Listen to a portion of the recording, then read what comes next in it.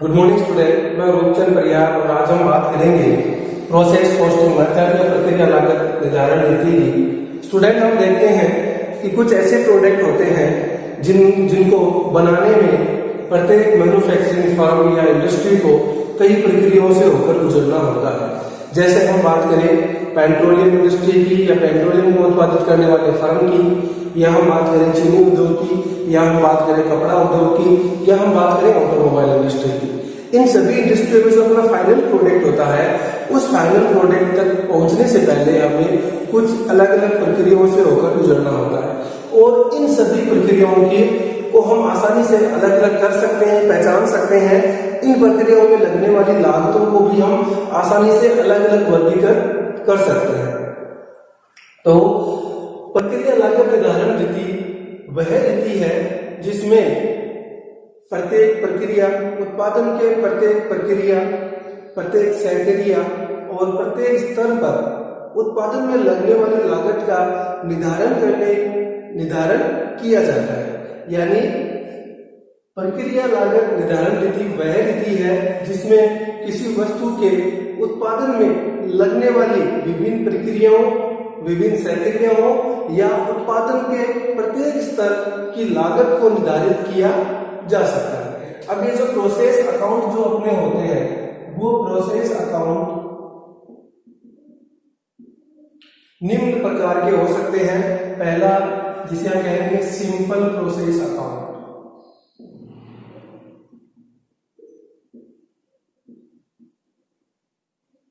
दूसरा इसमें जो होता है वो होता है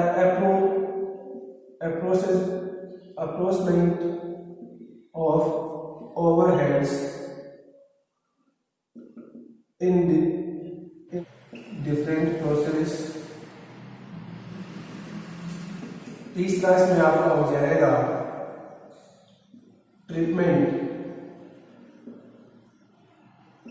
treatment of normal loss, abnormal loss, abnormal gain।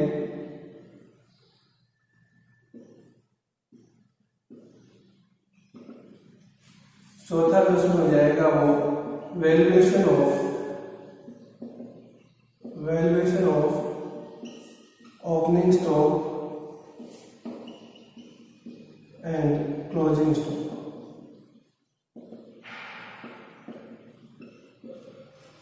पांचवा हो जाएगा ट्रीटमेंट ऑफ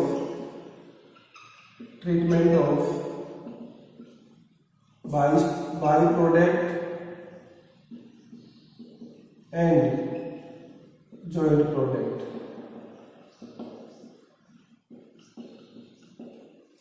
और जो लास्ट वन हमें स्टडी करना है वो अच्छा है, और वो आपका हो जाएगा treatment of inter process profit. ये बेसिकली जो 6 हमें स्टडी करने हैं। तो सबसे पहले हम बात करेंगे आज इस लेक्चर में कि सिंपल प्रोसेस अकाउंट कैसे बनाए जाते हैं। तो सिंपल प्रोसेस अकाउंट बनाने के लिए क्या क्या प्रिंसिपल्स है उनके बारे में। सिंपल प्रोसेस अकाउंट के अंतर्गत इसमें सिंपल फर्स्ट रूल होता है कि किसी भी वस्तु के प्रोडक्शन में जितने भी खर्चे लगते हैं, चाहे वो डायरेक्ट हो या इनडायरेक्ट हो, उन सभी खर्चों को हम DR प्लस में रखेंगे। और जैसे हम बात करें प्रोसेस अकाउंट की, तो जो प्रोसेस अकाउंट होता है, पहला कॉलम आ जाएगा पर्टिकुलर का, दूसरा इसमें आ जाएगा यूनिट का, तीसरा इसमें जाता है अमाउंट का। फिर इस तरफ आएगा पर्टिकुलर, यूनिट और अमाउंट। अब इस प्रोसेस अकाउंट में ये आपका DR साइड है, ये इसका CR साइड होगा। तो DR साइड में जितने भी खर्चे हैं, जैसे मटेरियल, डायरेक्ट मटेरियल, सबसे पहले इसमें डायरेक्ट मटेरियल लेंगे, फिर इसमें डायरेक्ट लेबर आएगा, डायरेक्ट लेबर, फिर इसमें आएगा डायरेक्ट एक्सपेंसेस, फिर इसमें आएगा ओवरहेड्स या जिसको हम कहेंगे इनडायरेक्ट एक्सपेंसेस। और कोई और भी अगर किसी प्रकार का खर्चा अपना लग रहा है तो वो सारे खर्चे, यानी प्रोसेस अकाउंटिंग में जितने भी खर्चे लगने हैं वो सारे के सारे खर्चे अपने डीआर साइड में लिखे जाएंगे। ठीक है, अब यूनिट के यहाँ पे जो बात करेंगे तो यूनिट में या तो आपको डायरेक्ट मटेरियल के बारे में दिया जाएगा या आपको इनपुट के तौर पे कहा जाएगा कि हमने इतना इनपुट दिया या हमने इतना कैसे मटेरियल लगाया। तो यूनिट सिर्फ मटेरियल या इनपुट की आएगी, बाकी किसी की यूनिट्स नहीं आएगी। इस तरफ सबसे पहले आ जाएगा, इन सबसे आगे तो लगेगा बाय वेस्टेज से, जो वेस्टेज होगा वो आ जाएगा। उसके बाद आएगा बाय ट्रांसफर टू प्रोसेस, जिसे कहेंगे नेक्स्ट प्रोसेस। और यहां इसी में हम निकाल लेंगे cost per unit, cost per unit. अब ये जो कॉस्ट पर यूनिट कैलकुलेट करेंगे, इस कॉस्ट पर यूनिट का जो फॉर्मूला होगा वो हो जाएगा टोटल कॉस्ट, यानी total of D R side. इसमें क्या हो जाएगा, total of D R side minus wastage, wastage होगा तो वेस्टेज आ जाएगा टू, यहां पे हो जाएगा टोटल इनपुट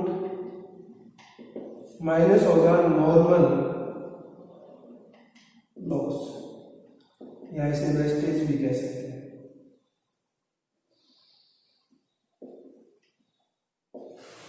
इसके द्वारा हम फर्स्ट जो अपना सिंपल प्रोसेस अकाउंट है वो बना सकते हैं।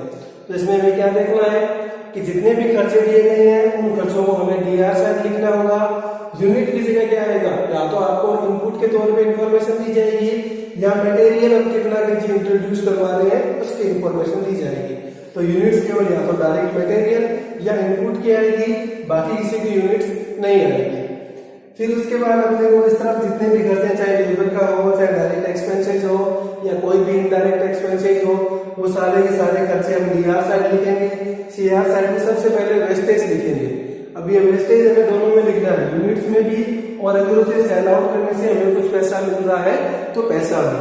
फिर यहाँ लिखेंगे ट्रांसफर, कितनी यूनिट का हम ट्रांसफर कर रहे हैं और वो कितने रुपए की होगी। और उसके बाद हम निकालते हैं इसमें कॉस्ट पर यूनिट। तो कॉस्ट पर यूनिट में हम यहाँ टोटल कॉस्ट लेंगे। अब ये टोटल कॉस्ट अगर हम रुपीज में ले रहे हैं, ये रुपीज में लेंगे तो यहाँ पे वेस्टेज हमें रुपीज वाला लेना है, यूनिट वाला वेस्टेज नहीं लेना है।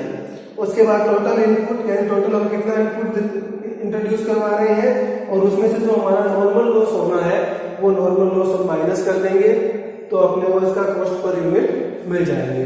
चलो अब हम एक क्वेश्चन करते हैं। मैं क्वेश्चन लिखता हूँ, फिर उस क्वेश्चन को करेंगे, फिर देखना हम कैसे आसानी से कर सकते हैं। तो स्टूडेंट, जैसे कि हमें एक क्वेश्चन दिया हुआ है, इस क्वेश्चन में लिखा हुआ है the product of A manufacturing company passes through the 3 different process, यानी एक मैन्युफैक्चरिंग कंपनी का जो प्रोडक्ट है वो 3 विभिन्न प्रक्रियाओं से होकर गुजरता है, और उन सभी विभिन्न प्रक्रियाओं में लगने वाले खर्चे की डिटेल हमें दी हुई है। प्रोसेस एक्स के लिए रॉ मटेरियल 180 का है, लेबर 50,000 की है, डायरेक्ट एक्सपेंसेस 15,000 का है। इसी प्रकार से अपने को प्रोसेस वाई का और प्रोसेस जेड के खर्चे दिए हुए हैं। अब नीचे लिखा हुआ है कि उन्होंने टोटल कितना प्रोडक्शन किया, 1000 यूनिट का उन्होंने प्रोडक्शन किया। देन इनडायरेक्ट एक्सपेंसेस, अब इसके लिए कुछ इनडायरेक्ट एक्सपेंसेस भी लगा था फॉर द पीरियड, जितने टाइम के लिए हमने इस प्रोडक्ट को मैन्युफैक्चरिंग किया उतने टाइम के लिए, वो था 3,60,000 रुपए। और इस खर्चे को हमें किसके आधार पर बांटना है, लेबर कॉस्ट का जो रेशियो निकलेगा उस रेशियो के आधार पर इस खर्चे को हमें तीनों प्रोसेस में बांटना होगा। तो पहले मैं सबसे पहले सॉल्यूशन में बनाता हूं, हम निकाल लेंगे। वर्किंग नोट पहले ले लेता हूं मैं, या बाद में ले लेंगे, एक बात है। पहला अपना हो जाएगा कि हमें निकालना होगा इनडायरेक्ट एक्सपेंसेस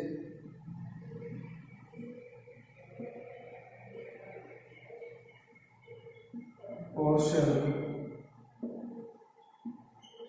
रेशियो। अब ये कहा हुआ है अपना लेबर कॉस्ट के आधार पर निकालेंगे हम।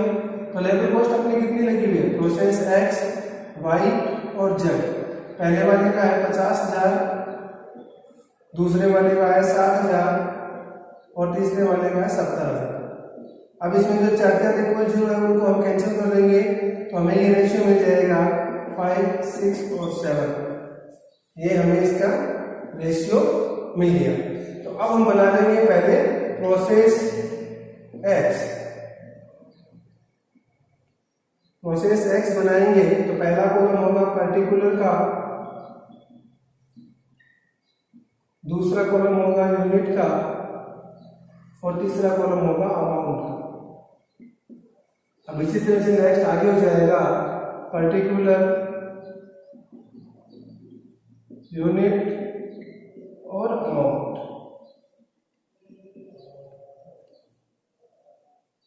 सबसे पहले इसमें लेंगे टू मटेरियल, तो यहां आ जाएगा टू मटेरियल।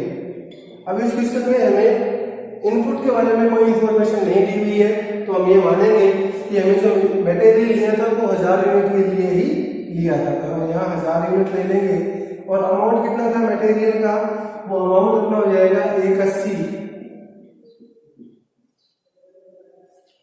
फिर आ जाएगा to labour expenses 50,000, to direct expenses, direct expenses अपना आ जाएगा 15,000। और अब इसमें आ जाएगा टू ओवरहेड, या जिसे हम कहेंगे इनडायरेक्ट एक्सपेंसेस, और उसका हमें रेशियो निकालना होगा। तो निकालेंगे प्रोसेस एक्स के लिए, प्रोसेस एक्स के लिए निकालेंगे तो इसका एक्स का रेशियो आपका 5 है, टोटल ऑफ रेशियो आपका आ रहा है 18 इंटू टोटल अपने पास अमाउंट है 3,60,000, कट कर देंगे तो ये आएगा 20 यानी 1 लाख रुपीज। तो ये आपका आ जाएगा 1 लाख रुपीज। अब इसमें अपने को बाय वेस्टेज के बारे में कोई इंफॉर्मेशन नहीं दी हुई है, तो डायरेक्टली आ जाएगा बाय ट्रांसफर टू प्रोसेस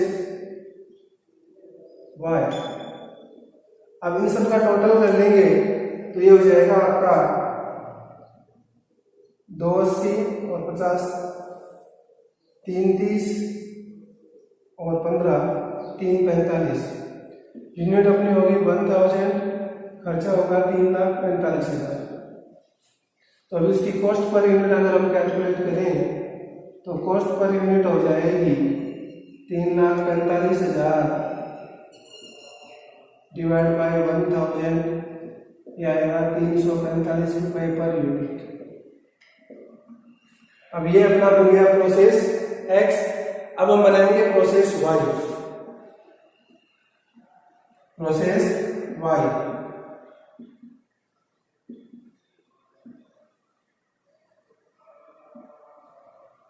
पहला कॉलम होगा पर्टिकुलर का, दूसरा unit, amount,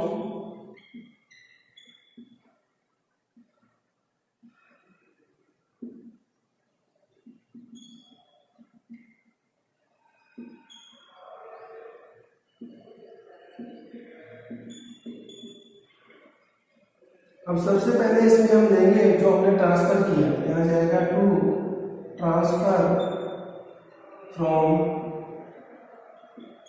process X 1000 unit होगी और 3,45,000। फिर उसमें लेंगे टू मटेरियल, तो मटेरियल में इसमें दिया हुआ है 120। फिर इसमें लेंगे टू लेबर,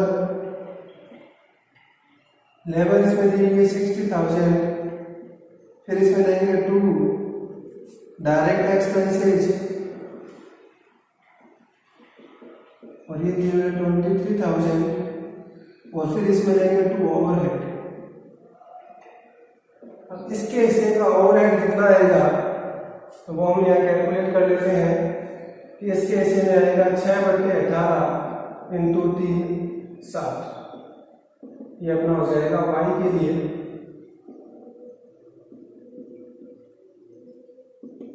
1,20,000। इसके से आ जाएगा 1,20,000। अब इसमें कोई वेस्टेज हमें मिला नहीं कर जाएगा by transfer to process Z. अब ट्रांसफर कितना करेंगे, यूनिट अपनी 1000 की है क्योंकि लॉस के बारे में हमें कोई इंफॉर्मेशन नहीं दी हुई है, और इन सब का हम टोटल कर लेंगे। इन सब का हम टोटल करेंगे तो ये हो जाएगा 6,70,000। तो कॉस्ट पर यूनिट क्या आ जाएगी इसमें, इनका टोटल कर देंगे, ये भी हो जाएगा आपका 1000, 6,70,000, इस तरफ भी 1000 और 6,70,000। अब इसकी कॉस्ट पर यूनिट निकालेंगे तो कॉस्ट पर यूनिट आपकी आ जाएगी, cost per unit 670 divide by 1000 तो 670 रुपये पर यूनिट। अब इसमें बनाएंगे जेड बनाएंगे, प्रोसेस जेड बनाएंगे तो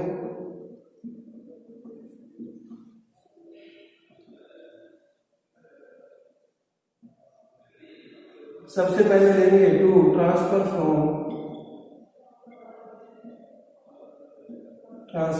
प्रोसेस वाई, और ये 1000 यूनिट आई थी, अमाउंट था 6,70,000। अब इसमें हम जो खर्चा लगा, जैसे टू मटेरियल है तो टू मटेरियल आ जाएगा अपना यहाँ पे, और इसमें टू मटेरियल लगा हुआ है 60,000। फिर आएगा टू लेबर इसमें लगी हुई है 70,000।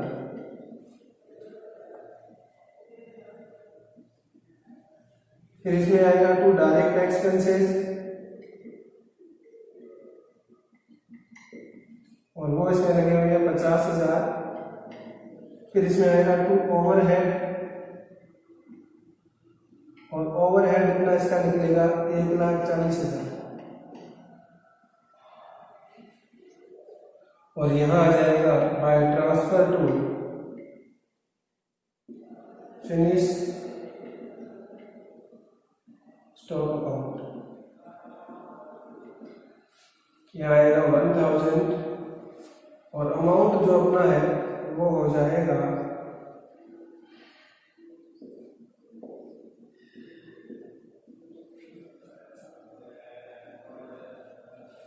9,90,000। 9,90,000, 10,000 या फिर आपका 1,000, 9,90,000। अब इसका कॉस्ट पर यूनिट आ जाएगा 9,90,000 बटे 1,000, 990। तो देखा स्टूडेंट कितना आसान है, सिंपल आपको इन्फॉर्मेशन दी होगी, आपको ये फाउंड आउट करना होगा कि इसमें से एक्सपेंसेस कौन कौन से हैं, और इसमें अगले प्रोसेस में हम क्या ट्रांसफर कर रहे हैं, और हमने वेस्टेज कितने में सेल आउट किया है, ये चीज हमें देखनी है। अगले प्रोसेस में ट्रांसफर कर रहे हैं या वेस्टेज है वो अपना बाई की तरफ जाएगा, और जितने भी खर्चे होते हैं वो अपने टू की तरफ आएंगे।